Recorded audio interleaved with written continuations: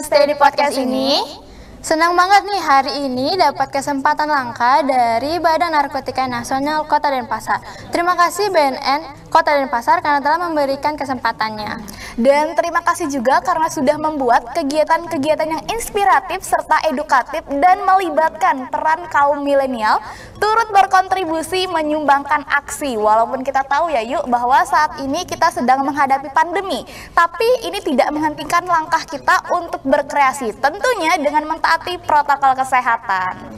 Ya, dan tentunya kita juga mau mengucapkan terima kasih kepada Bali Children's Project, KOP beserta tim karena telah memberikan dukungan dan supportnya pada kegiatan podcast kali ini.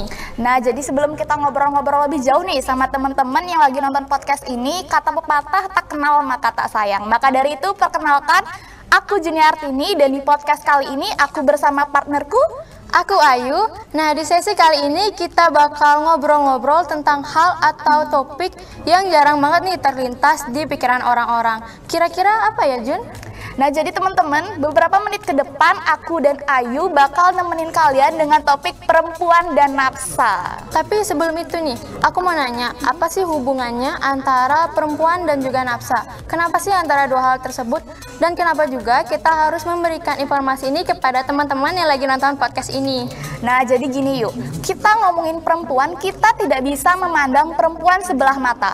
Karena peran serta perempuan dan laki-laki itu sama teman-teman. Kalau kita ngomongin nafsa, dari data dan fakta yang aku baca, itu menunjukkan bahwa kasus penggunaan nafsa tidak hanya laki-laki, tetapi jumlah terhadap perempuan mengkhawatirkan. Dan topik ini penting kita bahas karena tentu kita perempuan. Terus dari pemahamanmu nih ya, gimana sih itu perempuan yang mengkonsumsi nafsa? Nah, jadi teman-teman, perempuan yang mengkonsumsi nafsa itu biasanya lebih mudah sensitif, lebih suka menyendiri, mudah terkena penyakit, dan tentunya dia cepat kena penuaan dini. Siapa sih perempuan yang pengen cepat penuaan dini gitu ya? Iya, benar banget. Dan biasanya nih ya, perempuan yang mengkonsumsi nafsa itu akan mendapatkan diskriminasi yang buruk dari lingkungan sekitarnya. Apalagi kalau misalkan ada perempuan yang pecandu dalam keadaan hamil. Karena kita kan perempuan tahu ya kalau kita punya 3 kodrat, yaitu mengandung, melahirkan, dan menyusui. Jadi bisa dibayangin tuh Jun, kalau misalkan ada perempuan pecandu dalam keadaan hamil, itu pasti akan memberikan dampak yang buruk bagi calon anak yang akan dilahirkannya. Waduh, belum dilahirkan saja sudah berpotensi berdampak kepada calon anak yang akan dilahirkan. Tapi aku mau tanya dulu nih Kayu, apa sih yuk dampak yang akan diterima oleh sang anak jika ia dilahirkan dari seorang ibu pecandu nafsa? Jadi nih ya, dampak yang diterima dari calon anak ketika dia terlahir dari ibu yang pecandu itu akan lahir dengan keadaan yang cacat, IQ yang lebih rendah, interaksi sosial yang menurun, dan bahkan nggak panjang umur. Waduh, dari dampak-dampak yang ditimbulkan gitu ya, penting kita mengingat teman-teman bahwa apapun keputusan yang kita buat saat ini, pikirkan baik-baik. Kita tidak tahu itu hanya berdampak hari ini, besok hari, tahun depan, atau bahkan seumur hidup kita. Dan kita tidak tahu itu berdampak untuk diri sendiri saja atau lingkungan yang dirugikan. Nah, benar banget tuh teman-teman. Jadi untuk menciptakan generasi yang unggul, maka diperlukan perempuan-perempuan yang berkualitas, yakni peduli pada dirinya sendiri. Nah, benar banget. Jadi buat teman-teman yang lagi nonton podcast ini, jangan coba-coba nafsa. Edukasi, jangan mencicipi gitu ya.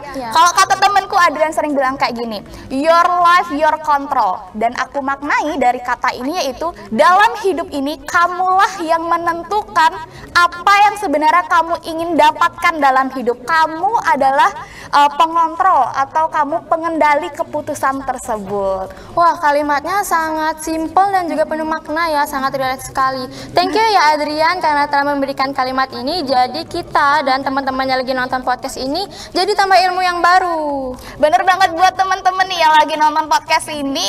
Kalau kalian punya kata-kata motivasi atau magic word gitu ya, yuk silahkan komen sekarang juga, kita share and care di sini di podcast kali ini. Tapi teman-teman, aku mau tanya dulu nih sama Ayu, apa sih yuk yang menyebabkan perempuan itu bisa mencoba nafsa? Jadi nih ya Jun, beberapa faktor perempuan bisa mengonsumsi nafsa itu selain karena trauma masa kecil, penganiayaan secara fisik, secara emosional, secara seksual, ternyata nggak sedikit juga perempuan yang mengonsumsi nafsa itu karena terjebak toxic relationship dan bahkan lingkungan yang nggak sehat gitu. Waduh, dari pernyataan Ayu tadi bisa kita garis bawahi teman-teman bahwa lingkungan itu sangat penting dan menentukan gitu ya Ayu ya. Jadi teman-teman, penting kita berada di lingkungan yang suportif dan dengan orang-orang yang positif, sehingga kita bisa menjadi perempuan yang tangguh, independent woman kalau kata orang-orang sekarang gitu ya. Jadi kita bisa tahu resiko, tahu ancaman, tahu bagaimana cara memproteksi diri, sehingga ketika kita di persimpangan jalan bingung nih, kanan bener nggak ya, kiri keputusanku bener nggak ya, gitu kan banyak ya bimbang. Ada orang-orang yang mengingatkan dan menguatkan kita.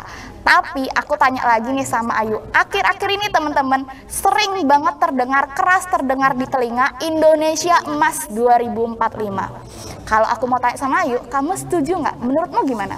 Kalau menurutku pribadi nih ya, hal ini pasti akan terwujud dan menjadi nyata apabila ada peran antara pemerintah dan juga masyarakat untuk saling berkolaborasi mewujudkan hal ini. Dan kita, generasi muda, kita adalah aset penting bagi bangsa yang sangat berpengaruh bagi bangsa kita. Dan generasi penerus yang sebelumnya akan memberikan bangsanya kepada kita, kaum anak muda gitu. Iya, bakal dititipkan gitu ya. Jadi buat kita anak muda, kita itu penting guys. Jadi buat kalian yang nonton podcast ini, buat kita kaum anak muda, jangan mau jadi rata-rata. Dan jika hanya ada satu anak muda di Indonesia yang ingin melihat perubahan yang lebih baik untuk Indonesia, maka mari kita pastikan kita adalah orangnya. Wah, kalimatnya berat banget nih. Jadi kita tirisinnya dari apa yang kita omongin dari tadi, karena udah banyak banget kasus perempuan yang mengonsumsi nafsa. Dan perempuan yang mengonsumsi nafsa itu akan lebih cepat sensitif, lebih suka menyendiri, lebih cepat terkena penyakit dan penuaan dini. Dan kalau misalkan perempuan itu lagi hamil, akan berpengaruh pada anaknya, seperti lahir pada kecacatan, IQ yang lebih rendah, interaksi sosial yang menurun, dan bahkan nggak panjang umur. Waduh, sangat dampaknya fatal gitu ya. Jadi benar-benar kita harus pikirin, apalagi kita perempuan. Nah, itulah tadi teman-teman pembahasan terkait perempuan dan nafsa yang Juni dan Ayu sampaikan. Sebelum kita nutup podcast kali ini, Ayu ingin menyampaikan sesuatu dulu. Apa terakhir nih, kita mau kalian untuk berkomentar langsung dan speak up. Apa kata pertama yang terlintas di pikiran kalian ketika kita membicarakan perempuan dan nafsa? Komen langsung ya. Komen sekarang juga ya, apa sih kata pertama yang kalian ingat ketika kita nyebut perempuan dan nafsa? Sebelum itu kita baca komen dulu karena banyak banget teman-teman yang ngasih dukungan dan juga live di sini bergabung gitu. Wow. Oh, banyak banget. Ini ada dari Made Pastike, mantap. BNNK dan Pasar. Wah, mantap sekali, bener banget. Siapa nih? Oh, ada Jena. Siapa ini Jena? Kirimin Jena. jempol. Makasih ya. Makasih atas supportnya Jena. Nah, ada Nanda. Wah, Nanda luar biasa sekali stay di podcast ini. Terima kasih Nanda. Hai.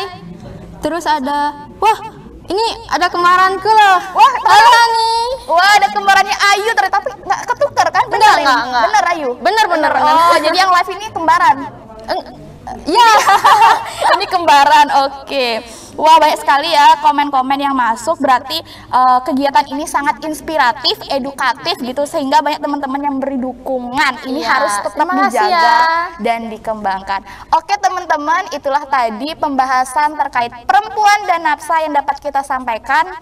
Besar harapan kami ada hal-hal positif yang dapat diambil dari pembahasan kali ini.